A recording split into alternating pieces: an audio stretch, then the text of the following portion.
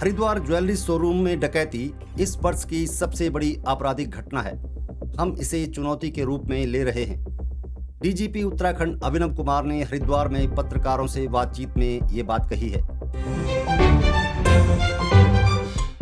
Haridwar jewellery showroom में डकैती की घटना के बाद अपराधों की रोकथाम और कानून व्यवस्था बनाने के लिए खुद डीजीपी अभिनव कुमार को मैदान में उतरना पड़ा। हरिद्वार डैम कोठी में पुलिस के अधिकारियों को संबोधित करते हुए उन्होंने जिले में बड़े स्तर पर किराएदारों और बाहरी व्यक्तियों के सत्यापन अभियान चलाने पर जोर दिया है। उन्होंने कहा कि जहां उत्तराखंड की मित्र पुलिस प्रदेश आगमन पर पर्यटकों और तीर्थ यात्रियों का स्वागत करना जानती है, वहीं देवभूमि का मिजाज बिगाड़ने वाले क्रिमिनल लोगों को भी पुलिसिया अंदाज में सबक सिखाना बेहतरीन ढंग से जानती है।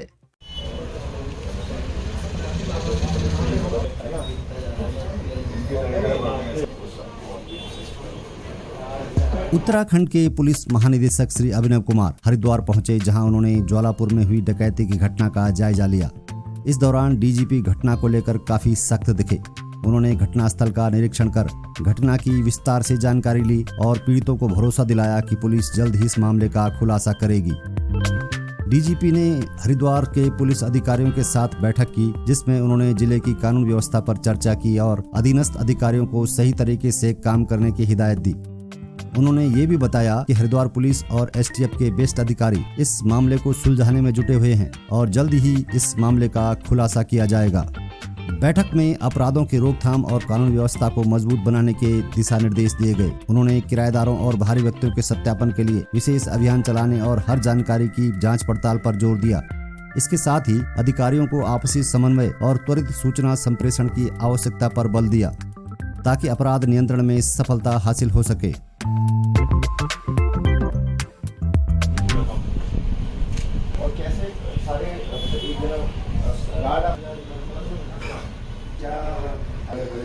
ये जो घटना हुई है रविवार को, ये निश्चित रूप से इस साल की सबसे बड़ी आपराधिक घटनाओं में से एक है। ये जो हरिद्वार में जो डकैती पड़ी है, और इसको हम लोग बहुत एक चुनौती के रूप में बहुत गंभीरता से ले रहे हैं। हमारे माननीय मुख्यमंत्री जी ने कल स्वयं शाम को इस बारे में एक मीटिंग ली, जिससे मैं भी वीसी के माध्यम से दिल्ली से जुड़ा था, और उसमें उन्होंने इस घटना के बारे में अपनी चिंता प्रकट की और हम लोगों से इसमें जो कार्रवाई चल रही थी उसके बारे में जानकारी मांगी।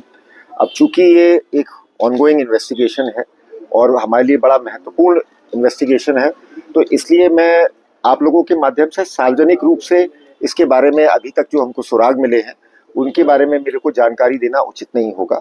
लेकिन मैं इतना जरूर कहना चाहूँगा कि हमारी उत्तराखंड सरकार, हमारे माननीय मुख्यमंत्री जी और हमारा पूरा पुलिस विभाग इस घटना को बहुत गंभीरता से ले रहा है, और विशेष रूप से पुलिस डिपार्टमेंट के लिए और हमारे जनपद हरिद्वार की पुलिस के लिए ये एक चुनौती है।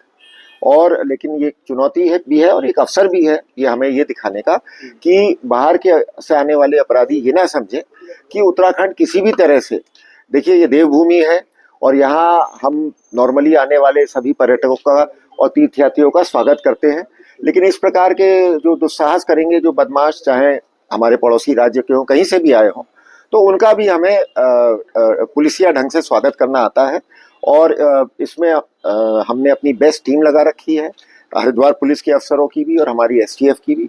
हम इसमें पड़ोसी राज्यों की पुलिस से भी मदद ले रहे हैं, और मुझे पूरा विश्वास है कि निकट भविष्य में इस घटना का सही खुलासा भी होगा, हम रिकवरी भी करेंगे, और आगे इस प्रकार की घटनाओं की रोकथाम के लिए हमें और क्या करना है इसके लिए भी सार्थक प्रयास करेंगे। आज ये कारोबारी से भी आप मैं यहाँ पे मेनली मौका देखने यही समझने के लिए आया था कि किस तरह से घटना को अंजाम दिया गया, और कई बार कई सारी चीजें होती हैं जो आप मतलब अधिकारियों से सेकंड हैंड बात करके नहीं समझ पाते हैं। मेरा मानना यह है कि फर्स्ट हैंड मौका मुआयना का अपना इम्पोर्टेंस रहता है।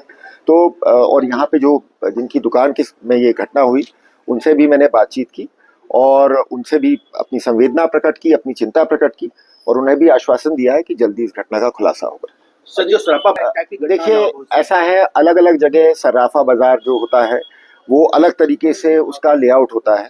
कहीं पे सड़क थोड़ा सा चौड़ी है, कहीं पे संकरी गलियों में है सराफा बाजार, तो सभी के लिए एक तरीके की हम कार्य योजना नहीं बना सकते, लेकिन अलग अलग जगह हम डिस्ट्रिक्ट एसपीज को अभी इस बारे में फिर से हम जारी करेंगे, और टेक्नोलॉजी के माध्यम से हमारे जो सराफा व्यापारी हैं उनके सहयोग के माध्यम से और बेहतर पुलिसिंग के माध्यम से इस प्रकार की घटनाओं की रोकथाम भी करेंगे। सर हरिद्वार जो है उत्तराखंड में, तो हरिद्वार को लेकर कुछ विशेष इस तरह की, देखिए हरिद्वार हो गया, उधम सिंह नगर हो गया, हमारा जो हमारे प्रदेश की राजधानी है देहरादून, वो हो गया, ये सभी एक तरह से मतलब किसी न किसी राज्य से लगे हुए जिले हैं।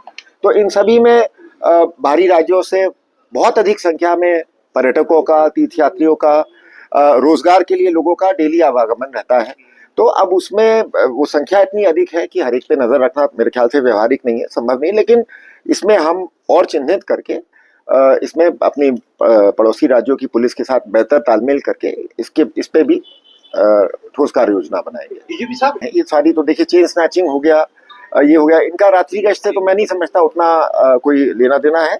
लेकिन निश्चित रूप से दिन में हमें और क्या पुलिस प्रेजेंस बढ़ाना है और क्या प्रभावी कार्रवाई करनी है पुलिस के द्वारा, उस पर भी हम लोग विचार करेंगे। लगभग कितना निकट पुलिस पहुंच गई है, क्या संदेश? देखिए अभी मैंने जैसा पहले ही अपने स्टेटमेंट में कहा था, अभी इन्वेस्टिगेशन की प्रगति के बारे में सार्वजनिक रूप से मैं कुछ नहीं कहना चाहूंगा, लेकिन इतना जरूर कहूंगा कि मुझे अपने जनपद हरिद्वार पुलिस की टीम पे और अपनी एसटीएफ की टीम पे जो मिलके इसमें कार्रवाई कर रही है उन पे पूरा विश्वास है और उनकी योग्यता पे, उनकी मेहनत पे, और जल्दी हम इसमें पॉजिटिव रिजल्ट देंगे।